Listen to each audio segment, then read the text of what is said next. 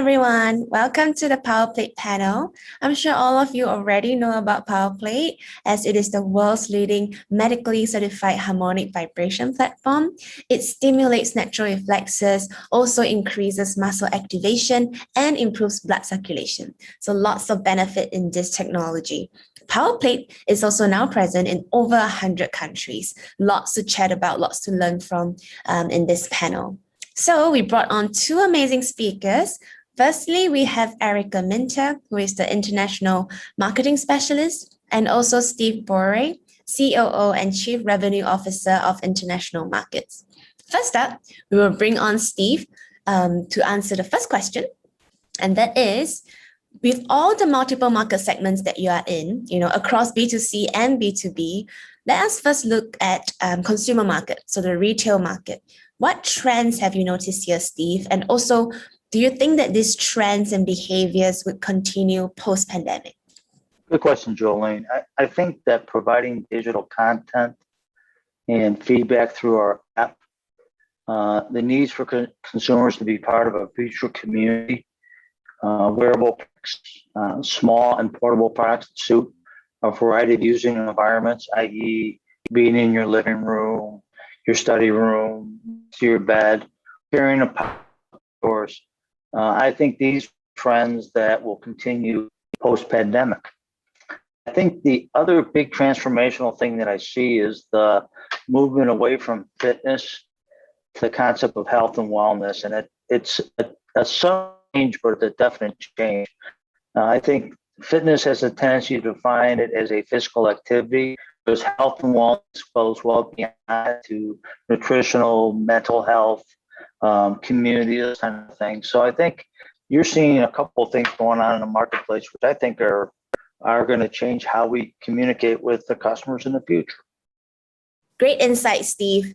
Next up, we'll have Erica, who will share more about the commercial clients now. So the clubs, gyms, hotels, and spas, and how they have adapted during the current landscape. And also, if Erica, you can share about any trends and also how you've been helping these businesses throughout this pandemic. Thanks, Jolene. Well, there's never actually been a time that I remember where there's been such a regional difference from country to country in terms of what the fitness and wellness landscapes are looking like. And a lot of that is because every country's COVID experience has been so different, whether from a government level, businesses shut down, and from an economic level. So we're seeing big differences in the different countries that we distribute into. In 2020, for example, there were a lot of big gym closures in Japan, where gyms in the cities shipped their equipment out to warehouse in the middle of nowhere and closed down to the public. At that time, though, personal training studios were getting a lot more foot traffic. They were still in business, and consumers seemed to prefer going to smaller venues to do their training. So they were quite healthy from a business perspective. This year, I think there's been a lot more uncertainty in countries like Australia and New Zealand, where those small businesses have really suffered with recent closed lockdowns, some lasting weeks and weeks and weeks. So the small personal training studios have not been doing as well. But then if we look on a macroeconomic level in Japan, for example, there's been a big growth in those small studios. And there's also been a lot of government subsidy for medical fitness facilities. So there's actually been growth in that area. So for each country, we really have to go with the flow and see where the markets are strong. People are still wanting to exercise, and it's just a matter of their choosing where they want to do that, and we're supporting them through that. Yeah, you're right, Erica. It is so different in the different markets. We also want to find out what investments you have made for yourself in the past 18 months to future-proof your business. I hear Steve laughing, to future-proof your business internally and internationally. So this question is to you, Steve. What investments have you made in Powerplay to future-proof yourself? Yeah, it's an interesting question, Jolene. I think the first point I'd probably make is our investment has been in helping our people try to survive the situation and also thrive during the last 18 months. I think we had to adapt our communication style to a virtual versus an in-person. And I think we've continued to invest in both products and processes to help our team win. Accelerated, expansion and product offering. This is acceptable to the B2C kind of environment. It's pretty simple. You win if your people are motivated and excited. And I think that's where our investment has been, and we will continue to make that in terms of that. A lot of other investments we'll talk about is the app and some other devices that we're in the process of developing that really takes us to the next level. And in terms of being part of this digital experience that we're seeing across the marketplace. Well said. Indeed, if you invest in the people, that's just the core of the business. Thank you for that, Steve. So Erica, we know that you have been at the forefront of education for trainers and also engagement. So I'm just wondering, what are ways that you have engaged or upskill your trainer base in this new digital age?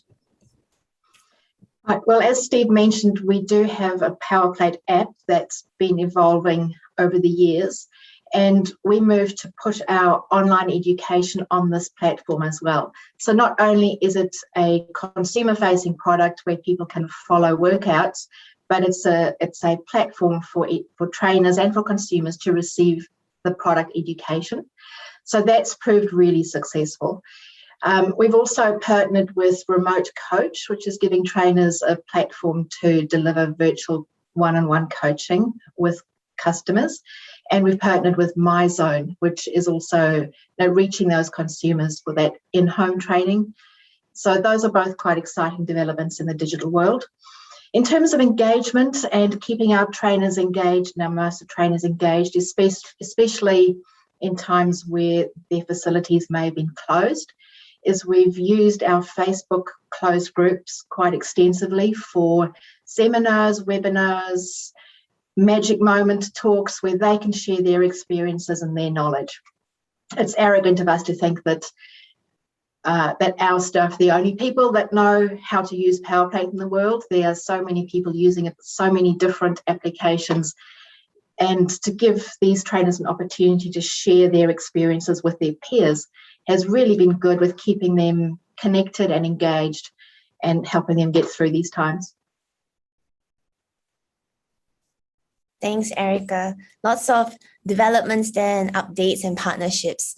And in terms of partnerships, you recently had Mark Wahlberg join Powerplay as a key stakeholder and ambassador. It's a big news when that was announced. So we are also curious, what are other new partnerships or collaborations that you guys have been working on across your different markets? Steve, would you like to share more? Yeah, that's a good question, Jolene. Well, first of all, as you know, Mark is a pretty global ambassador, and it takes a little bit of time to digest and figure out how to best leverage Mark, from the beginning.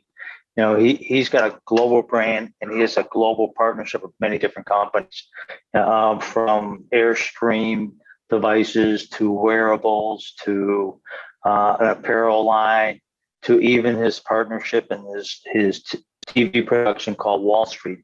So we're just getting the tip of the iceberg of how do we leverage somebody like Mark, so on and so forth. So stay tuned, because I think you're going to see a lot more from Mark for us in the marketplace on a global basis. If you look at that, there's other people we've invested in more kind of on a localized basis. Kim Alex, Christina Applegate, Maury Wills, Kate Hudson, Jane Seymour, Justin Howley, which is an Indiana Pacer player. We continue to invest more on a localized basis with each country in terms of new influencers. There are very few influencers that have a global reach. So I think our focus beyond Mark will be on people that can influence it on a market by market basis, which we think has a big impact on the markets locally. Yeah, we look forward to how you're going to be activating Mark a lot more and all the other partners and ambassadors that you're going to have on board. Moving on to a bit more about content and also marketing strategy. So we know that you have created content in Mandarin to better connect with your customers in China. So what are other brand marketing content strategies that you're working on right now that you can share? And are there any specific markets that you are looking to focus on right now in terms of growing into or expanding? Well, as Steve says, every market is different and distributors have to localize their content. People are much more interested in that they engage a lot more with content from people from their own country. So we're seeing that across all of our social media platforms, and we've learned from that that's the way to reach people. So content creation is about adding value for the customer. It's about value creation, really. And there, I think the local ambassadors that we're growing can assist with us to reach those markets. So we do have a growing ambassador program in each country. Some are managed by distributors. So for Japan, for example, there are quite a lot of high-profile sporting teams. There's the Kawasaki Thunders, who are a basketball team who has signed up recently. There's Goromo-san, who's a famous rugby player. There's Suntory Rugby Club, which a lot of the All Blacks do tours to play for them from time to time. There's a volleyball team and so on. So the list there is quite big. And although the elite sports market is not our biggest market, it certainly has a lot of visibility. So it's good for us to communicate our product benefits to the local markets. We also have master trainers in different countries that we use for content creation that run Facebook Live sessions, which are both consumer-facing as well as, I guess, as B2B influencers, since they're within the industry and have respect and draw attention in that way. So it's definitely a good strategy for us at the moment in terms of reaching people, especially these days where you can't make every brand interaction a live one. Having those virtual experiences is a really good way to communicate who we are and what we can do. Thank you, Erica. Yeah, it's great to have the blend of the local ambassadors and also virtual training and virtual live education. I think that's a good blend to continuously connect and engage both consumers and also the industry. So that's amazing. Next up, we want to hear more about your insights into the Chinese market. So it is a maturing and fast-growing market. So Steve, it would be amazing to have your views on the fitness and wellness landscape there, and also your thoughts on what are some challenges or opportunities it holds for both yourself and also other health, fitness, and wellness companies. The China and fitness and wellness landscape, I think, is in a retooling process. And I think it's going to position itself for significant growth over the next several years. I think the gym and club owners and studio owners and also the investors are still very observant and moving cautiously as the company starts to reopen. And they're still kind of looking for expansion, but they're going to do it in the right way. I think the other big indicator in that is the government has taken a pretty active role in safeguards to better manage the growth, I think, in the segment, and to protect the consumers. They've changed some of the rules on how you expand clubs over the last couple of years. So I think that's very positive for the industry that there's some oversight by the government in terms of what happened. And it's the same thing that's happened in other countries in the past. I think the other biggest challenge in the China market, it's just a big market. It varies from different regions. You go from first and second tier cities versus the inner and smaller cities, coastals, those type of places. So you can't expect to see one strategy that fits all in China with that many people and that diverse of a population. So I think where we have to invest in is in the manpower and the people to be able to go after those markets to find what they want to be. I think the recovery will be slower than people anticipate, but I think if we come out of it, I think there'll be a huge growth for the market over the next 3 to 5 years. Thank you, Steve. Great insights as always.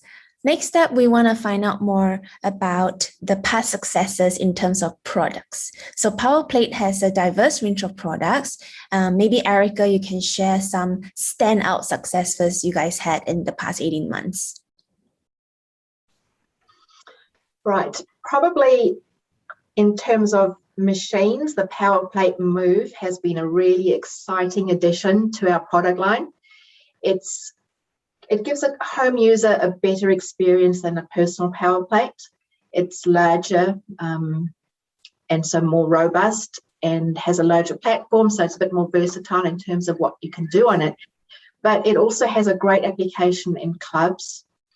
It's small enough that it can be shifted, so it uses up a smaller footprint, I guess, and allows more members to get exposure to vibration.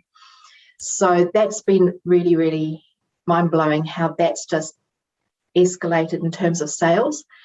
We've also brought our handheld percussive vibration tools out in the last 18 months, and that's a very rapidly growing market. There's obviously a lot of competition. It's a very competitive market at the moment, or should I say very crowded market at the moment, with a few top players. But that's also bringing vibration into people's homes and making them more familiar with the benefits that vibration can bring to their health. And then in terms of, I don't know what Steve had said earlier, is digital. We can't discount virtual and digital products because they're a big part of how we develop and how I think it's a space that you have to be in the fitness industry. So although a lot of it's not tangible, it's a very much a big part of who we are and how we were developing. So you can expect to see more of that in the future coming from Powerplate.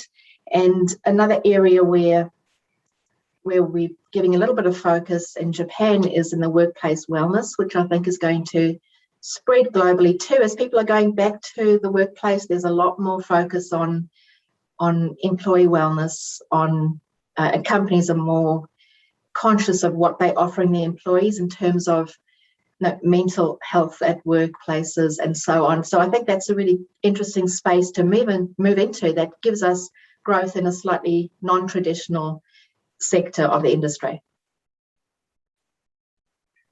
That's a really interesting comment there, Erica. I want to ask a bit more in terms of how would you say Powerplate can assist in workplace wellness, because it is an emerging topic and more people are talking about stress management, mental health. I wonder how, or can you share more about how Powerplate can also help in terms of that? Certainly. So there are three main pillars that it can address. The one is mental health, and that means improving concentration levels. It means reducing stress levels. There's also social health, which is really important. So one of the important metrics for HR departments is the employee engagement within the workforce. So if you're having teams working together on challenges, all of a sudden they're communicating with people that they might not be talking to otherwise. So there's a lot of social interaction that makes people happier in their workplace, and happy employees are healthy employees. So that's a good factor. And then there's the physical side. So because vibration moves, the effects it has on the body, on the physiological effects, can happen in a really short space of time, that you're getting increased circulation, you're getting increased mobility in only a few movement snacks during the day. You don't have to go and do a half an hour workout to get a health benefit. You can break up your day with small bits of movements on the vibration, and then the results can be accelerated. So it's addressing all three areas, which we think is important. It's not only exercise, it's looking at the whole person. So it's quite an exciting development. Thanks, Erica. Thanks for sharing more about your developments in corporate wellness. It's great to see Powerplate being part of this holistic offering for employee welfare and wellness. So we look forward to those developments in this field.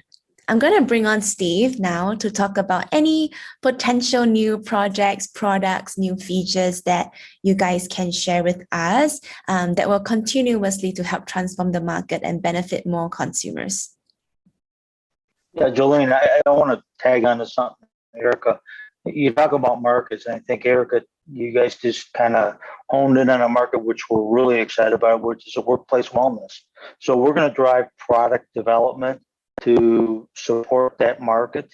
How do you take care of your employees in the office space? So I think our theme in product development will be, if the market we want to go after is corporate wellness, as Erica responds to, product development is one part of that whole process, and the interaction and the digital transformation of that to be able to connect it all together. So I think that's a big move for us in the marketplace.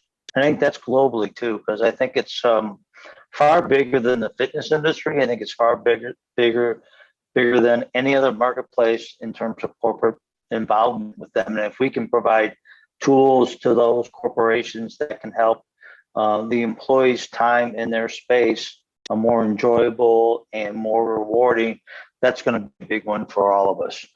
I think the second thing I'd probably share with you is that at FIBO 2022, we will be introducing what we consider a transformational product to the marketplace. And I think, Jolene, we have a show with you guys sometime in May or June, I think exactly. So I think we'll probably be introducing that product after we do FIBO. So if you plan on going to FIBO in 22, I would suggest that you come by our booth, the event. I think we will then do it at FIBO, and then probably do it at your event in May or June. Perfect. We will be excited to see the new transformational product in June of 2022. And then we'll ask you more questions then. Before we let you off, Steve and Erica, we have one last question to wrap up this beautiful panel. So I'll ask Steve first. What is something you feel you have learned throughout this, the last 18 months? It could be personal, it could be business, and also what you're most excited moving into 2022. That's a good question. And that's something you probably need a little bit of time to think about. But I think is the concept of wellness versus fitness, and the concept of building communities like Erica talked about. It's pretty exciting that we're bringing it all together from multiple facets. It's not just fitness, it's mental health, it's well-being, it's nutritional value. This is really kind of exciting in the marketplace that we're thinking about it well beyond what we traditionally thought about. And I think that's really exciting. I think the second thing is people have adapted to different communication skills, have learned how to do it, and it's made the world bigger, quite honestly. So that to me is, at my age, quite exciting. Thank you, Steve. What about you, Erica? I think pretty similar to what Steve said is, I think what COVID has taught us is that it's possible to connect without physically being in front of somebody. So I think we've really the whole industry has really sort of leapfrogged a lot, like grown a lot quicker than they might normally have in terms of adapting to digital platforms. And I think that that hybrid virtual world is here to stay. I think nobody's going to unlearn all of that, but I do still think that the importance of human connection is really, it shouldn't be underestimated. So that's been ways to try and achieve that through a virtual platform, I think is always going to be an area that we need to evolve and improve. So I'm excited to see how digital technologies are going to be changing and evolving and giving us more ways to connect in the future. Thank you, Erica. There are lots of amazing things to look forward to, especially when we move into 2022. So we are very excited for that. And we also look forward to meeting everyone in person in our upcoming June Summit next year. In the meantime, stay safe, have fun, and enjoy the upcoming festive season. Bye.